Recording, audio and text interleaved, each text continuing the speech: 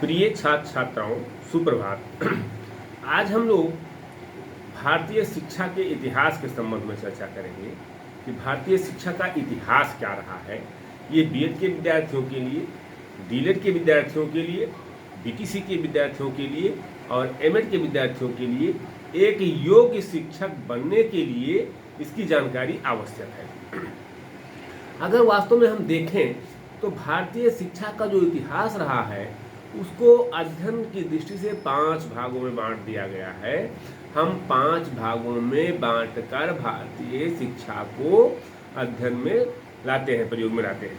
पहला है वैदिक कालीन शिक्षा, दूसरा है बौद्ध कालीन शिक्षा, तीसरा है मुस्लिम कालीन शिक्षा और चौथा है ब्रिटिश कालीन शिक्षा और पांचवा है आधुनिक कालीन शिक्षा। वैदिक कालीन शिक्षा जैसा कि माना जाता है 2500 ईसा पूर्व से और 600 ईसा पूर्व तक का काल है, यानी बौद्ध के अभ्युदय के पहले तक। उस समय शिक्षा का आधार क्या था, उस समय शिक्षा के सिद्धांत क्या थे, उस समय शिक्षा की व्यवस्था कैसी थी, हमें इसकी भी जानकारी होनी चाहिए।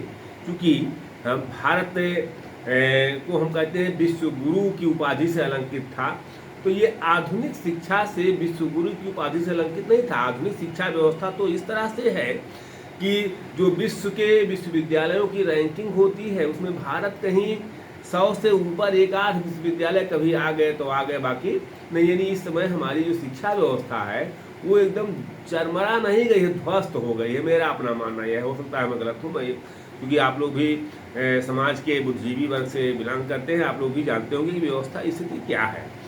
तो हम क्यों ना वैदिक कालीन शिक्षा की भी चर्चा कर लें, बौद्ध कालीन शिक्षा की भी चर्चा कर लें, मुस्लिम कालीन शिक्षा की भी चर्चा कर लें और ब्रिटिश कालीन शिक्षा की भी चर्चा कर लें और आधुनिक काल की शिक्षा की भी चर्चा कर लें। जिन जिन शिक्षा खंड कालों में कोई अच्छाई मिलती है उसको हम वर्तमान भारतीय शैक्षिक व्यवस्था में अगर प्रयोग करें, शायद इसमें कोई सुधार आए, शायद समाज में समरसता आए, शायद समाज में एक रूपता आए, शायद समाज के लोगों की सोच बदले। तो इसलिए हमको ये जानना होगा। तो वैदिक कालीन शिक्षा अगर देखें तो भारतीय दर्शन की पढ़ाई उसमें होती थी, भारतीय दर्शन को। अब भारतीय दर्शन क्या है? भारतीय दर्शन को 2 भागों में बांटा गया है, आस्तिक दर्शन और नास्तिक दर्शन। आस्तिक दर्शन में है सांख्य है, योग है, न्याय है, वैशेषिक है, मीमांसा है और वेदांत है। नास्तिक दर्शन में चार्वाक दर्शन, जैन दर्शन और बौद्ध दर्शन, इसको नास्तिक दर्शन मानते हैं।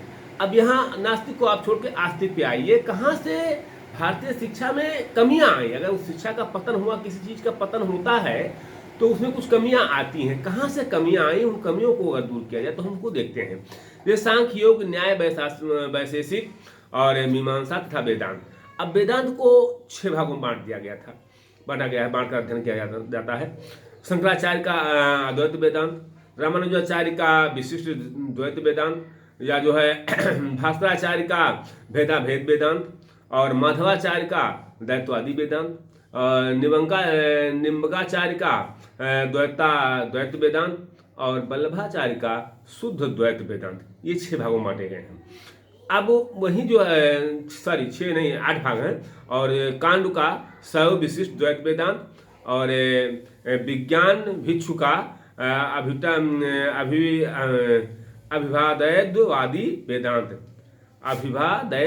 वेदांत, ये जो है 8 भागों में बांटे गए हैं। अब आइए मीमांसा पे। मीमांसा क्या है? मीमांसा एक आस्तिक दर्शन है। यह वेदों में पूर्ण आस्था रखता है। वेद के 2 भाग हैं। वेद के कौन 2 भाग हैं? कर्मकांड और ज्ञान कांड। अब कर्मकांड से संबंध रखने वाले को पूर्व मीमांसा कहा जाता है और ज्ञान कांड से संबंध रखने वाले को उत्तर मीमांसा या वेदांत कहा जाता है। तो कर्म कांड जब हावी हो गया, ज्ञान कांड में न्यूनता आ गई, तो धीरे धीरे इस दर्शन का या इस शिक्षा व्यवस्था का पतन प्रारंभ हो गया। स्वामी विवेकानंद को वेदांती कहे तो कट्टर वेदांती थे, तो वो उत्तर मीमांसा यानी जो है ज्ञान कांड से वो संबंधित थे। पूर्व मीमांसा और उत्तर मीमांसा वैसे एक दूसरे के पूरक हैं, क्योंकि एक कर्म की व्याख्या करता है तो दूसरा ज्ञान की व्याख्या करता है। मीमांसा कर्म का दर्शन है तो वेदांत ज्ञान का दर्शन है। यानी मीमांसा और वेदांत ये आपस में एक दूसरे के पूरक हैं। एक कर्म का दर्शन करता है, एक ज्ञान का। कर्म का आशय यहाँ कर्मकांड से जोड़ दिया गया। जो होता है तो कर्मकांड तो है, लेकिन उसको ज्ञान के आधार पर करने की आवश्यकता थी। ज्ञान के आधार पर उसको अगर किया जाता तो ज़्यादा अच्छा होता, ज़्यादा बढ़िया माना जाता और समाज में समझता आती। शायद उस पर ध्यान नहीं दिया गया।